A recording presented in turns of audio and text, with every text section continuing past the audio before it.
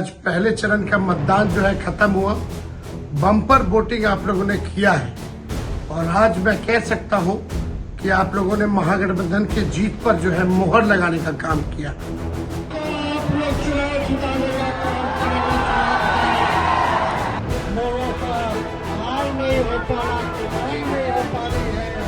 अब जनसुराज के आने से उनको एक नया विकल्प मिला है और बढ़ा हुआ जो वोटिंग परसेंटेज है वो दो बातों को दिखाता है। एक, लोगों को एक नए विकल्प को देखकर उत्साह रहा है और बड़ी पैमाने पर वोटिंग हुई है, बदलाव के लिए वोटिंग हुई है।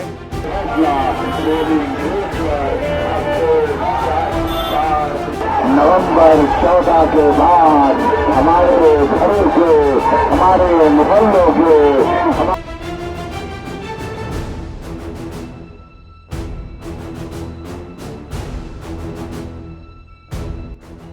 इस चुनाव का सबसे बड़ा सवाल किसका बिहार। पहले चरण की बम्पर वोटिंग के बाद यह सवाल जो है और ज्यादा पूछा जा रहा है कि आखिर ये बिहार किसका होगा, कौन सी पार्टी जीत दर्ज करेगी, कौन से गठबंधन को वोट आएगा। और तमाम दिग्गज यही कह रहे हैं कि वो जीत रहे हैं, चाहे बीजेपी के नेता हों, चाहे जेडीयू के नेता हों, चाहे आरजेडी के हों, चाहे प्रशांत किशोर हों, सबका कहना है कि जनता ने उन्हें वोट दिया है। आज बात दो ऐसे चेहरों पर जिन पर उनकी पार्टी की जिम्मेदारी है और उनके गठबंधन की भी जिम्मेदारी है और इस चुनाव में उनके प्रदर्शन के आधार पे उनके भविष्य की राजनीति भी तय होगी। पहला नाम तेजस्वी यादव। दिन रात चुनावी सभाएं कर रहे हैं, हर रोज 17 से 18 चुनावी सभा और रोड शो। ये आसान नहीं है और दिन में भी सभाएं कर रहे हैं और रात में भी, और अगर लाइट ना रहे तो टॉर्च की लाइट में भी सभाएं कर रहे हैं, लेकिन हर बार अपील यही कर रहे हैं कि हमें वोट दीजिए।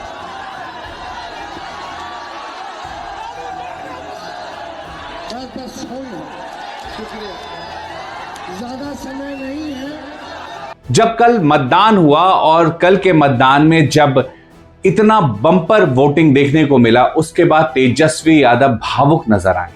उन्होंने बयान जारी किया, जनता के नाम ये संदेश था तेजस्वी का, और इसमें वो बहुत भावुक दिखे और कहा कि दूसरे चरण में भी इसी तरह अपना प्यार बरसाए रखिए, हमारे साथ बनाए रखिए। और चलिए मिलकर के नया बिहार बनाते हैं, बेरोजगारी को खत्म करते हैं, पढ़ाई दवाई कमाई सच्चाई और सुनवाई वाली सरकार बनाते हैं।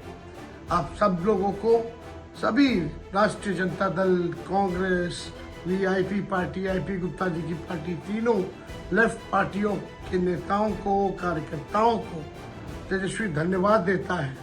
और खास तौर पे बढ़ चढ़ करके जो मतदाता हमारे मालिक हैं, चाहे किसी भी धर्म के हो, किसी भी जात के हो, हर वर्ग के हो, सब लोगों ने महागठबंधन के पक्ष में वोट दिया है। इसके लिए आप सब लोगों को तेजस्वी धन्यवाद करता है। तो तेजस्वी यादव क्यों इतना ज्यादा लगे हुए, इसके पीछे वजहों को समझना होगा। दरअसल ये दूसरा चुनाव है जिसमें तेजस्वी यादव महागठबंधन के सीएम का चेहरा है। दूसरा चुनाव, 2020 पहला चुनाव था, तेजस्वी ने परफॉर्म किया और सबसे बड़ी पार्टी आरजेडी बन गई, लेकिन कांग्रेस की सीटें कम आई और उसकी वजह से सरकार बनाते बनाते महागठबंधन रह गई। खैर, वो बात बीत गई, पुरानी बात हो गई। उसके बाद आया 2025 का विधानसभा चुनाव। इस विधानसभा चुनाव में बहुत कुछ हुआ। सीट बंटवारे में महागठबंधन में देरी हुई, कई जगह पर एक दूसरे के खिलाफ उम्मीदवार भी खड़े हो गए। बहुत सारे सवाल उठे कि आखिर क्यों ऐसा हो रहा है। आखिर में महागठबंधन के नेताओं ने एक प्रेस कॉन्फ्रेंस किया और तेजस्वी यादव को सीएम फेस फिर से बता दिया। उसके बाद तो तेजस्वी यादव ने इतने दौरे किए हैं कि आप उसकी संख्या गिनना मुश्किल है। हर रोज 17 से 18 जो है सभाएं हैं, रोड शो है, और बड़ी बात है भीड़ जुट रही है। तेजस्वी यादव की सभाओं में जबरदस्त भीड़ जुट रही है। हेलीकॉप्टर से लिया शॉट भी आप देख सकते हैं कितनी भीड़ है, या फिर जो तेजस्वी यादव के मंच से शॉट लिया गया उसमें भी बहुत भीड़ है। तेजस्वी यादव 37 साल के हैं।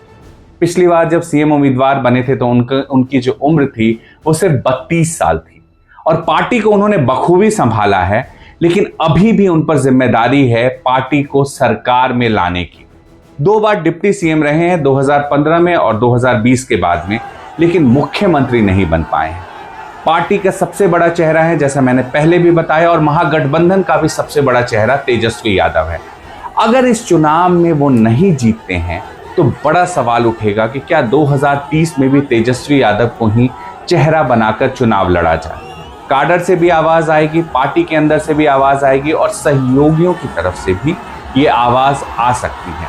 यही वजह है कि तेजस्वी यादव ने लगातार ग्राउंड पर जमकर मेहनत किया है, उन तमाम नेताओं को जोड़ा है जिनके 2-2, 3-3% भी वोट हैं, लेकिन वो जो आखिर में बहुत बड़ा जो आंकड़ा आएगा उसमें बहुत बदलाव लाता हुआ वो दिख सकते हैं। आईपी गुप्ता जैसे नेताओं को साथ लेकर तेजस्वी यादव घूम रहे हैं, मुकेश सहनी को लगातार साथ लेकर तेजस्वी यादव घूम रहे हैं और हर सभा में कह रहे हैं तेजस्वी सरकार बनाइए, हम नौकरी देंगे।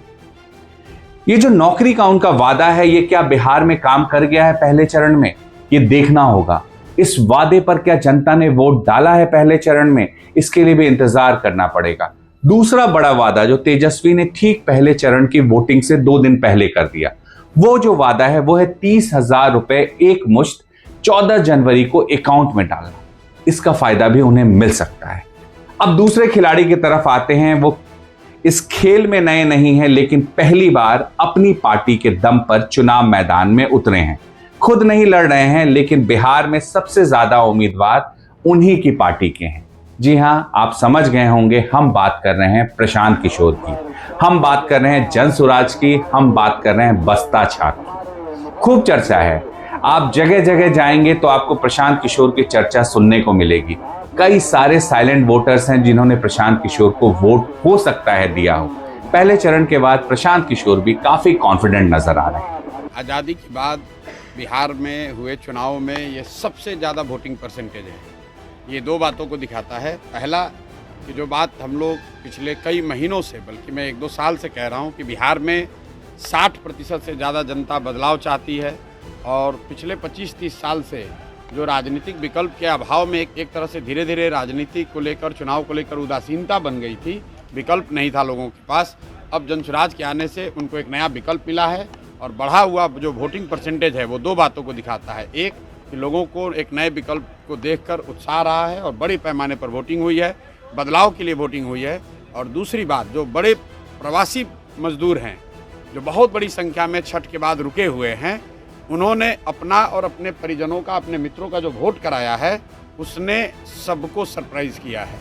प्रशांत किशोर का कहना है कि जनता ने उन्हें निकल करके वोट दिया है और जो वोट प्रतिशत बढ़ा है, वो जो वोट है वो जब गणना होगी, सीटों की संख्या सामने आएगी तो पता चलेगा कि जनसुराज की सरकार आ रही है। वो भी हर रोज लगातार रोड शो, रैलियां कर रहे हैं और हर रोड शो और हर रैली में एक ही बात कह रहे हैं कि अगर आप चाहते हैं आपका बच्चा आपसे दूर नहीं रहे तो हमें वोट दीजिए। अगर आप चाहते हैं अपने बच्चों का भविष्य सही हो तो हमें वोट दीजिए। और प्रशांत किशोर जब ये कहते हैं तो भीड़ में से जमकर उनके समर्थन में नारे लगते हैं। अगर आपने जनसुराज की व्यवस्था बना दी, 14 तारीख को जनसुराज की व्यवस्था बन गई बिहार में, तो और कुछ हो या न हो, जितना लोग अभी छठ में घरे से आया है, जो लोग बेरोजगार बैठे हैं, 14 तारीख के बाद कोई लड़का 10-12 हजार के मजदूरी के लिए बाहर, जोर से बोलो भैया, 14 के बाद 10-12 हजार रुपए की मजदूरी के लिए लड़के बाहर जाएंगे कि नहीं जाएंगे? नहीं जाएंगे ना, नहीं जाना है ना, किसी को नहीं जाना है ना, नहीं जाना है। तो लालू नीतीश ने बिहार के बच्चों के पीठ पर मजदूरी का बोरा बांधा है, उसको हटाना है तो स्कूल का बस्ता अपने बच्चों के पीठ पर बांधना होगा। सब लोग तैयार हैं? तो पूरी ताकत से बोलिए जय बिहार। आपने खुद देखा कैसे लोग नारे लगा रहे हैं और पलायन धीरे धीरे बिहार चुनाव में बड़ा मुद्दा बन गया। दरअसल छठ महापर्व के अवसर पर आए हुए बड़ी संख्या में बिहार के जो लोग हैं वापस काम करने दूसरे राज्यों में नहीं गए हैं, वो वोट डाल रहे हैं। पहले चरण में भी डाला है, दूसरे चरण में भी जो लोग हैं उनकी सीटों पर होगा, वहां वो वोट डालेंगे। लेकिन इसके जरिए क्या प्रशांत किशोर ने जो कहा है कि अगर हमारी सरकार आती है तो 14 नवंबर के बाद 10,000, 15,000 रुपए कमाने आपको बाहर नहीं जाना होगा, क्या जनता उस पर वोट डाल रही है? या फिर अभी प्रशांत किशोर का यह पहला चुनाव है और पहले चुनाव में वो सीखेंगे और उसके बाद 2030 में असली परफॉर्मेंस उनका दिखेगा।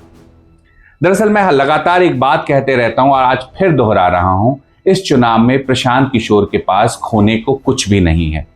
सिर्फ 1 साल पुरानी पार्टी है और 3-3.5 साल पुराना संगठन। इसके दम पर अगर बिहार में और बिहार के बाहर पूरे देश में उनकी चर्चा हो रही है और उनकी राजनीतिक पार्टी की चर्चा हो रही है, उनके जो विजन है उसकी चर्चा हो रही है, तो ये बड़ी बात है। ये बड़ी बात है कि बिहार में सबसे ज्यादा सीटों पर अपने उम्मीदवारों को खड़ा कर देना और कई सीटों पर उम्मीदवार जो हैं वो टक्कर में दिखना। तो प्रशांत किशोर के पास खोने को कुछ नहीं है और प्रशांत किशोर इस चुनाव से बहुत कुछ सीख कर आएंगे। हो सकता है कि 14 तारीख को सबसे ज्यादा प्रशांत किशोर ही सबको चौंका दें। इंतजार रहेगा तेजस्वी यादव या प्रशांत किशोर कौन चौंकाएंगे। दोनों नेताओं पर नजर रहेगी, दोनों युवा हैं और बिहार की राजनीति दोनों से बड़ी उम्मीद कर रही है। लेकिन सामने है एनडीए जिसका बिहार में है 20 साल से शासन। नीतीश कुमार जिनके भरोसे जनता उन्हें वोट करती है, जिनका चेहरा भरोसे की निशानी माना जाता है। क्या जनता फिर से नीतीश कुमार को रिपीट करने जा रही है या फिर तेजस्वी यादव या फिर प्रशांत किशोर? नजर बनाए रखिएगा। हम लगातार हर रोज चर्चा कर रहे हैं, लाइव आकर की बात कर रहे हैं और आप लोगों के साथ तमाम आपकी राय को अहमियत दे रहे हैं। मिहिर गौतम ऑफिशियल में फिलहाल इतना ही। आपको वीडियो कैसा लगा हमें जरूर बताइएगा। नमस्कार।